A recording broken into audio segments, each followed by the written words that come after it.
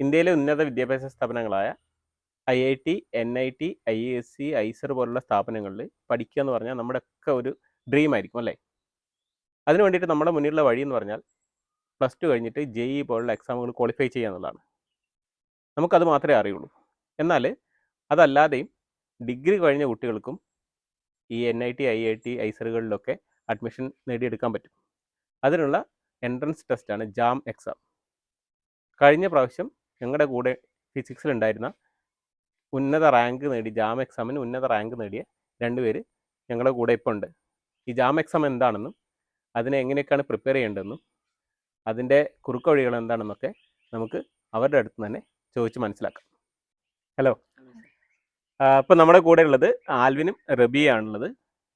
ഇവർ ഒരാൾ കൊയിലാണ്ടിയും ഒരാൾ പെരിന്തൽമണ്ണക്കാരനുമാണ്.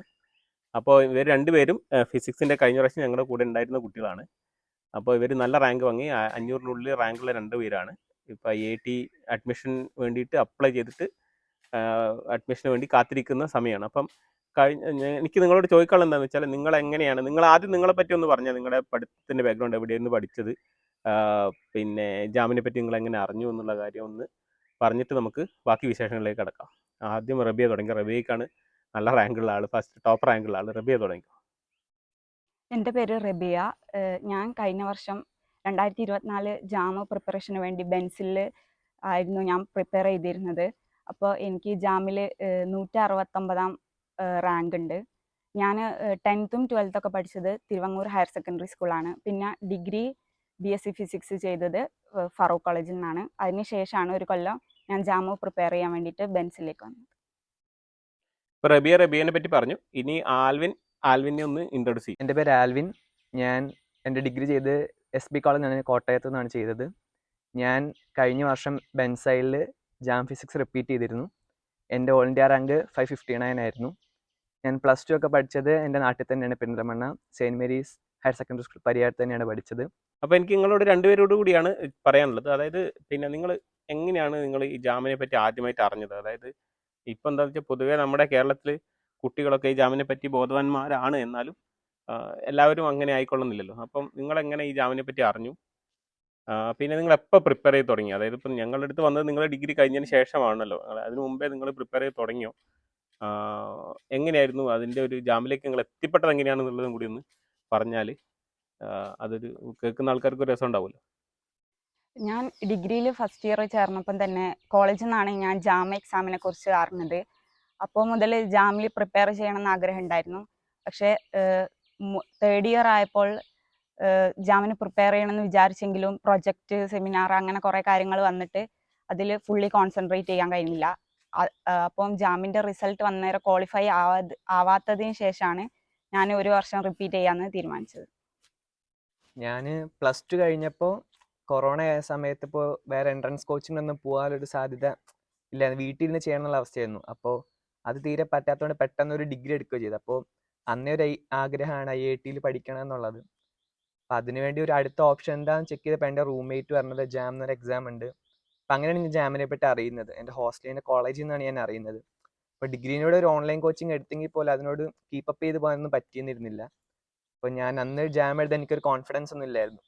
അപ്പോൾ ഞാൻ ഒരു വർഷം നമ്മൾ എന്തായാലും MSc എടുക്കണം, അപ്പം എന്നാൽ ഒരു ഹൈ ലെവലായിട്ടുള്ളൊരു സ്ഥലത്തു നിന്ന് എടുക്കാമെന്നുള്ള കരുതിയിട്ടാണ് ഞാൻ ജാം എഴുതുന്നത്. അങ്ങനെയാണ് ഞാൻ റിപ്പീറ്റേഴ്സ് ബാച്ചിലോട്ട് ഇവിടെ ജോയിൻ ചെയ്തത്. അപ്പോൾ എന്താണെന്ന് വെച്ചാൽ, ഇനിയിപ്പോൾ നിങ്ങളെ ജൂനിയേഴ്സ്, അതായത് വരുന്ന കുട്ടികൾക്ക് അറിയാൻ ഏറ്റവും താല്പര്യം ഉണ്ടാകുമെന്ന് വെച്ചാൽ, അവർ പ്രിപ്പയർ ചെയ്യുന്ന സമയത്ത് അപ്പോൾ നിങ്ങൾ എങ്ങനെയാണ് ഇതിനു വേണ്ടി പ്രിപ്പയർ ചെയ്ത് ഇത്രയും നല്ല റാങ്കൊക്കെ കിട്ടണമെങ്കിൽ നിങ്ങൾ അതിൻ്റെ പുറകിൽ എന്തായാലും നല്ല എഫേർട്ട് എടുത്തിട്ടുണ്ടാവും. അപ്പോൾ അതെങ്ങനെയായിരിക്കും ചെയ്തിട്ടുണ്ടാവുക? അതായത് ഏത് ടോപ്പിക്കാണ് നിങ്ങൾ കൂടുതൽ സ്ട്രെസ് ചെയ്ത് നോക്കിയിട്ടുണ്ടാവുക? പിന്നെ നിങ്ങൾ ഒബ്ജക്റ്റീവ് ടൈപ്പ് എക്സാംസ് ഒക്കെ ഒരുപാട് ചെയ്ത് നോക്കിയിട്ടുണ്ടാവും, എക്സാം സീരീസ് ഒക്കെ ചെയ്ത് നോക്കിയിട്ടുണ്ടാവും. അതെങ്ങനെയാണ് ചെയ്തത്? പിന്നെ പ്രീവിയസ് ഇയർ ക്വസ്റ്റ്യൻസ് വർക്കൗട്ട് ചെയ്തിട്ടുണ്ടാവും. പിന്നെ നിങ്ങൾ ഏതെങ്കിലും സ്പെഷ്യൽ ആയിട്ടുള്ള മെറ്റീരിയൽസ് ചെയ്തിരുന്നു, ഓൺലൈൻ ക്ലാസ്സുകൾ ഫോളോ ചെയ്തിരുന്നു, അങ്ങനെ ഒരുപാട് ഡൗട്ടുകൾ പുതുതായിട്ട് വരുന്ന കുട്ടികൾക്കുണ്ടാവും, ഇതിനു വേണ്ടി പ്രിപ്പയർ ചെയ്യാൻ ആഗ്രഹിക്കുന്ന ആൾക്കാർക്ക്. അപ്പം നിങ്ങൾ എങ്ങനെയാണ് ചെയ്തതെന്നൊന്ന് പറഞ്ഞാൽ ഇനി വരുന്ന ആൾക്കാർക്ക് അതൊരു ഭയങ്കര യൂസ്ഫുൾ ആവുമല്ലോ. അപ്പോൾ നിങ്ങൾ എങ്ങനെയായിരുന്നു അതൊക്കെ പ്ലാൻ ചെയ്ത്, ടൈം മാനേജ്മെൻറ്റും കാര്യങ്ങളൊക്കെ പ്ലാൻ ചെയ്തിട്ടുണ്ടാവുമല്ലോ. അതെങ്ങനെയാണ് നിങ്ങളെ ഒരു എക്സ്പീരിയൻസ്? ആൽവിൻ എങ്ങനെയാണ് ചെയ്ത് തുടങ്ങിക്കോ. ആൽവിൻ പറയുന്നതിന് മുമ്പ് നമുക്ക് കയറി പറയാം കേട്ടോ. അല്ല, ഞാൻ വന്ന സമയത്ത് അങ്ങനെ ബേസിക്സ് ഒന്നും ഇല്ലാണ്ട് വന്ന ഒരാളാണ്. തീരെ അറിയില്ല എന്നല്ല, അല്ല ഡിഗ്രിക്ക് നല്ല മാർക്ക് ഉണ്ടായിരുന്നോ? ഉണ്ടായിരുന്നു. പക്ഷെ എന്നാൽ നമ്മളൊരു ആ എക്സാമിന് വേണ്ടി പ്രിപ്പയർ ചെയ്യുന്നല്ലാണ്ട് നമ്മൾ ആഴ്ത്തി പഠിക്കുന്ന ഒരു സാഹചര്യം ഇല്ലായിരുന്നു. അപ്പോൾ ഇവിടെ വന്നപ്പോൾ അത് ആദ്യം ഒരു ബുദ്ധിമുട്ടാന്ന് തോന്നിയെങ്കിലും നമ്മളാ MCQs അങ്ങനത്തെ പ്രോബ്ലംസ് ചെയ്യുമ്പോഴേക്കും നമുക്ക് ആ ട്രാക്കിലോട്ട് എത്താൻ പറ്റിയായിരുന്നു. പിന്നെ നമുക്ക് മെയിനായിട്ട് 7 ടോപ്പിക്കാണ് വരുന്നത്. അതിൽ ഏറ്റവും കൂടുതൽ ശ്രദ്ധിച്ചിരിക്കുന്ന തെർമോഡൈനാമിക്സും ഇലക്ട്രോഡൈനാമിക്സ്. അതായത് നമുക്ക് ഏറ്റവും കൂടുതൽ വെയിറ്റേജ് വരുന്നത് തെർമോഡൈനാമിക്സിലാണ്. ജാമിന് നിങ്ങളുടെ ഒരു പ്രീവിയസ് ഇയർ നമുക്ക് എക്സാമിന് അങ്ങനെ പറയാൻ പറ്റില്ല. പക്ഷെ എന്നാലും മാത്തമാറ്റിക്കൽ ഫിസിക്സ് ഒന്നും കൂടെ നോക്കിയാൽ ബാക്കി സബ്ജക്റ്റുകൾ അതിനനുസരിച്ച് അതിൻ്റെ കോംപ്ലിമെന്റ് ചെയ്യുന്നുള്ള സബ്ജക്റ്റാണ് ഇലക്ട്രോഡൈനാമിക്സ് പോലെ സബ്ജക്റ്റുകൾ. ഇത് പഠിച്ചാൽ അതിൻ്റെ കൂടെ അപ്പോൾ ഏറ്റവും നന്നായിട്ട് ബേസിക് അതാണ് വേണ്ടത്, ഏറ്റവും കൂടുതൽ നന്നായിട്ട് വേണ്ടത്. അതേപോലെ തന്നെ ബിഎക്ക് എന്തെങ്കിലും സജഷൻസ് ഉണ്ട്? എന്ത് ടോപ്പിക്ക് കുറച്ചുകൂടി ഫോക്കസ് ചെയ്ത് എൻ്റെ ഒരു എക്സ്പീരിയൻസിൽ? ഞാൻ കൂടുതലായിട്ടും ക്വസ്റ്റ്യൻസ് തന്നെയാണ് ഫോക്കസ് ചെയ്തത്. തിയറി പഠിക്കുന്നതിന് പകരം ക്ലാസ് കേട്ട് അതിൽ നിന്ന് എന്ത് മനസ്സിലായോ അത് വെച്ച് ക്വസ്റ്റ്യൻസ് ചെയ്തിട്ട് പിന്നെ ക്വസ്റ്റ്യൻസിൽ എന്തെങ്കിലും ഡൗട്ട് ഉണ്ടെങ്കിൽ വീണ്ടും തിയറി പഠിച്ചിട്ട് അങ്ങനെയാണ്. അല്ലാതെ തിയറി ആയിട്ട് പ്രത്യേകം ചെയ്തില്ല. പിന്നെ ഡിഗ്രിക്ക് നമ്മൾ തിയറി അല്ല ഏറ്റവും കൂടുതൽ പഠിച്ചു, കൂടുതൽ അപ്ലിക്കേഷൻ ലെവൽ ക്വസ്റ്റ്യൻസ് ചെയ്യാനാണ് നിങ്ങൾ പ്രാക്ടീസ് ചെയ്തത്. അപ്പോൾ ഒരു ദിവസം ഒരുപാട് എത്ര ഏവറേജ് എത്ര ഒബ്ജക്റ്റ് ടൈപ്പ് ക്വസ്റ്റ്യനെങ്കിലും നിങ്ങൾ ചെയ്യായിരുന്നു? മീൻസ് തുടക്കത്തിലൊന്നും ഇല്ലെങ്കിലും ഒരു അവസാനത്തെ ഒരു 2-3 മാസമെങ്കിലും നിരന്തരമായിട്ട് ചെയ്തിട്ടുണ്ടാവുമല്ലോ. നമുക്ക് സെറ്റുകൾ ഇൻസ്റ്റിറ്റ്യൂട്ടിൽ നിന്ന് തരുമായിരുന്നു. അപ്പോൾ ആ സെറ്റ്സുകൾ ഒന്നും കൂടെ നമ്മൾ എന്നിട്ട് ഒന്നുകൂടെ ചെയ്ത് പഠിക്കുമായിരുന്നു. അതിലൂടെ നമ്മൾ ഓൺലൈനിൽ നിന്ന് കിട്ടുന്ന ക്വസ്റ്റ്യനുകളൊക്കെ കൂടുതൽ ചെയ്ത് നോക്കുമായിരുന്നു.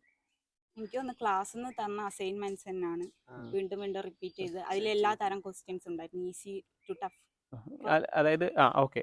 അപ്പോൾ അതായത് എനിക്ക് ചോദ്യം വെച്ചാൽ നമ്മളിപ്പോൾ ഒരു പുതിയ ഒരാൾ ഇപ്പം ജാമിന് വേണ്ടി പ്രിപ്പയർ ചെയ്യാൻ നിൽക്കുന്ന ഒരാളെ സംബന്ധിച്ചിടത്തോളം പ്രിപ്പയർ ചെയ്യുമ്പോൾ നിങ്ങൾക്ക് എന്തെങ്കിലും ടിപ്സ് പറയാനുണ്ടോ? അതായത് അപ്പോൾ നിങ്ങൾ ചെയ്തിട്ടുള്ള കുറേ കാര്യങ്ങൾ നിങ്ങൾ പഠിക്കുമ്പോൾ നിങ്ങൾ തന്നെ കണ്ടെത്തിയ കുറേ ഉണ്ടാവില്ലേ, നിങ്ങൾ എഴുതി വെക്കുക, നോട്ട്സ്, ഷോർട്ട് നോട്ട്സ് എഴുതി വെക്കുക, അങ്ങനെ എന്തെങ്കിലും റിപ്പീറ്റ് ചെയ്യുമ്പോൾ ക്വസ്റ്റ്യൻസ് റിപ്പീറ്റ് ചെയ്യുമ്പോൾ നമ്മൾ വീണ്ടും വന്ന് ചെയ്യേണ്ട ക്വസ്റ്റ്യൻസ് ചെയ്ത് അങ്ങനെ കുറേ ടിപ്സ് നിങ്ങൾ ചെയ്തിട്ടുണ്ടോ? എന്തെങ്കിലുമൊക്കെ അങ്ങനെ ഒരു അട്രാക്റ്റീവ് ആയിട്ടുള്ള ഒരു സാധനം നിങ്ങളെ ഒരു ആളോട് ഒരു ടിപ്പ് പറയാനുണ്ടോ നിങ്ങൾക്ക്? പിന്നെ ഷോർട്ട് നോട്ടാണ് ഏറ്റവും വലിയ അസറ്റ് എന്ന് തോന്നുന്നു. കാരണം പിന്നീട് നോക്കിയാൽ നമുക്കത് പെട്ടെന്ന് ഇക്വേഷൻ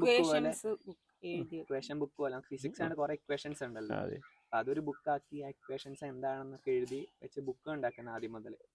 അതാണ് അവസാന നിമിഷം നമുക്ക് നോക്കി പെട്ടെന്ന് പോകാൻ. ഓരോ ക്വസ്റ്റ്യൻ ചെയ്യുമ്പോൾ നമുക്ക് ഇക്വേഷൻ ഓർമ്മിക്കാൻ വേണ്ടിയിട്ട് ആ ബുക്ക് നോക്കാം.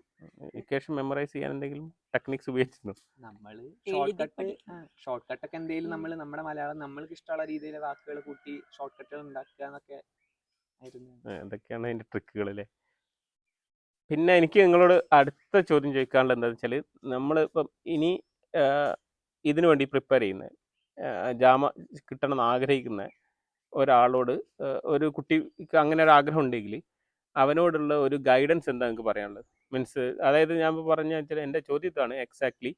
അതായത് ഡിഗ്രിക്ക് ഇപ്പം വളരെ മാർക്ക് കുറഞ്ഞ ഒരാളെ സംബന്ധിച്ചിടത്തോളം ഈ ജാം പോലുള്ള എക്സാം, അതായത് ഇപ്പം നമുക്കിവിടെ MSc അഡ്മിഷൻ കിട്ടാനുള്ള അവസരം ഇല്ലെങ്കിൽ പോലും ജാം എക്സാം എഴുതാനുള്ള ഒരു അവസരം അയാൾക്കുണ്ടല്ലോ. ഒരു 60% മാർക്ക് കിട്ടിയാൽ ചിലപ്പോൾ നമുക്കിവിടെ MSc അഡ്മിഷൻ കിട്ടിക്കൊള്ളുന്നില്ല, പക്ഷേ ജാം എക്സാം എഴുതാം.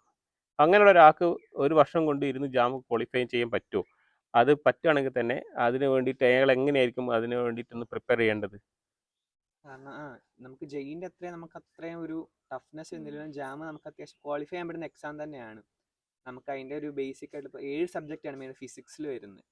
അതിൽ നമുക്കൊരു 4 സബ്ജക്ട് തറവായിട്ട് പഠിച്ചു കഴിഞ്ഞാൽ നമുക്ക് നല്ല റാങ്ക് സ്കോർ ചെയ്യാൻ പറ്റുന്ന ഒരു എക്സാം ആണ്. പിന്നെ ഡിഗ്രി എക്സാമിൻ്റെ പോലെയല്ല ജാം എക്സാം വരുന്നത്. ഒരു കുറച്ച് പ്രോബ്ലംസ് നമ്മൾ ടൈപ്പ് ചെയ്ത് കഴിഞ്ഞിട്ടുണ്ടെങ്കിൽ നമുക്ക് ഈ ഒരു ട്രാക്കിലേക്ക് കയറിയിട്ട് അതിന് എങ്ങനെയാണ് ഒരു പ്രോബ്ലം സോൾവ് ചെയ്യേണ്ടതെന്ന് നമുക്ക് പെട്ടെന്ന് മനസ്സിലാക്കാൻ പറ്റും. അപ്പോൾ മാർക്ക് കുറവാണെങ്കിലും ക്വസ്റ്റ്യൻസ് കുറേ ചെയ്ത് പഠിച്ചിട്ടുണ്ടെങ്കിൽ ഈ ഒരു അത്യാവശ്യം മാത്സ് ഒക്കെ ചെയ്യാൻ അറിയുന്ന ആളാണെങ്കിൽ ജാം ക്വാളിഫൈ ചെയ്യാൻ പറ്റും. അപ്പോൾ എനിക്ക് നിങ്ങളോട് അടുത്ത ചോദിക്കാനുള്ളത് എന്താ വെച്ചാൽ, ഇപ്പോൾ റബിയയുടെ റാങ്ക് 169ഉം ആലിൻ്റെത് 559 ആണ് അല്ലേ? അപ്പോൾ നിങ്ങൾ ഈ കഴിഞ്ഞ ജാം എക്സാമിൽ ഫിസിക്സിൽ എത്രയായിരുന്നു കട്ട് ഓഫ് വന്നത്? അതിൽ നിങ്ങൾക്ക് എത്ര മാർക്കുണ്ട്? അപ്പോൾ ഇത്രയും റാങ്ക് കിട്ടണമെങ്കിൽ എത്ര മാർക്ക് വേണം എന്നുള്ളത് ഒരു സംശയം ഉണ്ടാവുമല്ലോ. അപ്പോൾ നിങ്ങളത് എങ്ങനെയായിരുന്നു? എത്ര റാങ്ക് ഉണ്ട്, മീൻസ് എത്ര മാർക്കുണ്ട്? ഞങ്ങളുടെ 100ലാണ് ടോട്ടൽ വരുന്നത്. അപ്പോൾ ഞങ്ങൾക്ക് കട്ട് ഓഫ് പ്രാവശ്യം വന്നത് 19 സംതിങ് ആണ് വന്നത്. അപ്പോൾ എനിക്ക് വന്നത് 40 ആണ് മാർക്ക് വന്നത്. 40 മാർക്ക് ഉണ്ടെങ്കിൽ 559 ആണ് റാങ്ക് വരുന്നത് അല്ലേ? എനിക്ക് 52 ഉണ്ട്. 100ൽ 52 മാർക്ക് ഉണ്ടായാലും 169 ആണ്. അപ്പോൾ ടോപ്പർ, ഇന്ത്യയിൽ ടോപ്പർ റാങ്ക് ഏകദേശം എത്രയാണ് വരുന്നത്? 70 സംതിങ് ഉണ്ടെങ്കിലാണ് ടോപ്പ് റാങ്ക് വരുന്നത്. അപ്പോൾ ഒരു നമ്മുടെ ഇപ്പം നമ്മുടെ ഏറ്റവും അടുത്തുള്ള IIT എന്ന് പറയുന്നത് IIT മദ്രാസാണ്. നമ്മളിപ്പം ഏറ്റവും നമ്മുടെ മനസ്സിൽ വരുന്ന IIT കൾ എന്ന് പറഞ്ഞാൽ IIT മദ്രാസാണ്. അപ്പോൾ IIT മദ്രാസിലൊക്കെ ഒരു 300 റാങ്കിനുള്ളിലൊക്കെ ഉണ്ടെങ്കിൽ OBC ഒക്കെ ആണെങ്കിൽ എന്തായാലും കിട്ടും അല്ലേ. ജനറൽ ആണെങ്കിലും ഒരു 200-250 ഇടയിൽ IIT മദ്രാസിൽ കിട്ടും. ഇന്ത്യയിലെ ഏറ്റവും ടോപ്പ് IIT കളിൽ ഒന്നാണ്. അപ്പോൾ ഒരു 1000-നുള്ളിൽ റാങ്ക് ഉണ്ടെങ്കിൽ എല്ലാവർക്കും 1000-നുള്ളിലുള്ള എല്ലാവർക്കും IIT കളിൽ പ്രതീക്ഷിക്കാം അല്ലേ. അപ്പോൾ അതാണ് ഇപ്പം നിലവിലുള്ള IIT യിൽ കിട്ടാൻ വേണ്ടിയിട്ടുള്ള റാങ്ക്. ഇനി എനിക്ക് നിങ്ങളോട് ചോദിക്കാനുള്ളത് നമ്മുടെ കോച്ചിങ് കൊണ്ട്, അതായത് നിങ്ങൾക്കിപ്പോൾ ഈ കോച്ചിങ്ങിന് വരാതെ തന്നെ നമുക്ക് സ്വന്തമായിട്ട് പ്രിപ്പയർ ചെയ്യാം. ജാം പോലത്തെ എക്സാം ഏത് എക്സാമിനും അങ്ങനെ പ്രിപ്പയർ ചെയ്യാം. അപ്പോൾ അങ്ങനെ കോച്ചിങ് നിർബന്ധമാണോ, അതല്ലാതെ കോച്ചിങ് നിങ്ങൾക്ക് ഹെൽപ്ഫുൾ ആണോ? അതായത് നിങ്ങൾക്ക് പുതുതായിട്ട് വരുന്ന ഒരാളെ സംബന്ധിച്ചിടത്തോളം ഒറ്റയ്ക്ക് പ്രിപ്പയർ ചെയ്യുന്നത് ഈ കോച്ചിങ് തമ്മിൽ എന്താണ് കോച്ചിങ് കൊണ്ട് ബെനിഫിറ്റ് എന്നൊന്ന് പറയാമോ? കാരണം ഞാൻ ഓൺലൈൻ കോച്ചിങ്ങുകൾ ഉണ്ടായിരുന്നു, പക്ഷെ എന്നാലും ഓൺലൈൻ ഒരു എഫക്റ്റീവിനേക്കാൾ നല്ല ഓഫ്ലൈൻ കോച്ചിങ് ആയിരുന്നു. അങ്ങനെയാണ് ഞാൻ എത്തിയത്. ഓഫ്ലൈൻ ആകുമ്പോൾ നമുക്ക് ഒന്നും കൂടെ ലൈവായിട്ട് നമുക്ക് ടീച്ചേഴ്സിനോട് ഡയറക്റ്റ് ചോദിക്കുകയും അല്ലെങ്കിൽ നമ്മുടെ ക്ലാസ്സിലുള്ള കുട്ടികളോട് ഡിസ്കസ് ചെയ്ത് നമുക്ക് ആ പ്രോബ്ലംസ് സോൾവ് ചെയ്യാനൊക്കെ പറ്റും. അപ്പം ഞാൻ റബിയൊക്കെയാണ് ഞങ്ങൾ ക്ലാസ്സിൽ ഏറ്റവും കൂടുതൽ ഡിസ്കഷൻ എന്ന് പറഞ്ഞ ഒരു സാധനം ഞങ്ങളുടെ ക്ലാസ്സിൽ കൂടുതലുള്ളതുകൊണ്ടാണ് ഞങ്ങളുടെ മിസ്സാണെങ്കിലും ഞങ്ങൾക്ക് എപ്പോൾ വേണമെങ്കിലും ചോദിക്കാവുന്നൊരു ഓപ്ഷൻ ഞങ്ങൾക്ക് അവിടെ ഉണ്ട്. ഓഫ്ലൈൻ കോച്ചിങ് പറയുമ്പോൾ അങ്ങനത്തെ ഒരു സാഹചര്യം ഞങ്ങൾക്ക് ഒരുക്കി തരുന്നുണ്ട്. ഞാനും ഓഫ്ലൈൻ പ്രിഫർ ചെയ്ത് തന്നെയാണ് ഇവിടെ എത്തിയത്. പിന്നെ ഓൺലൈനും മറ്റ് സ്വന്തം പഠിക്കുകയാണെങ്കിൽ നമുക്കൊരു എന്താണ് പഠിക്കേണ്ടത് എന്നുള്ളൊരു കറക്റ്റ് ഇത് കിട്ടില്ല. ഇവിടെ നിന്നാണ് കറക്റ്റ് ഗൈഡൻസ് കിട്ടും. ഞങ്ങളും മിസ്സും കൂടി ഒരുമിച്ചാണ് ഏതൊക്കെ ടോപ്പിക്ക് എടുത്തു പോയി കംപ്ലീറ്റ് ചെയ്തു. ഞങ്ങൾക്കും മിസ്സിനും ഒരേപോലെ മനസ്സിലായതുകൊണ്ട് അത് കറക്റ്റായിട്ട് ഫോളോ ചെയ്യാം. നമുക്ക് ക്ലാസ്സിൽ അങ്ങനെ മിസ്സിനോട് അഭിപ്രായം പറഞ്ഞ് നമ്മുടെ ക്ലാസ്സുകൾ നമുക്ക് മെയിൻറ്റെയിൻ ചെയ്ത് പോകാൻ ഞങ്ങൾക്ക് പറ്റിയത് അതും ഒരുപാട് ഹെൽപ്പ് ചെയ്തു.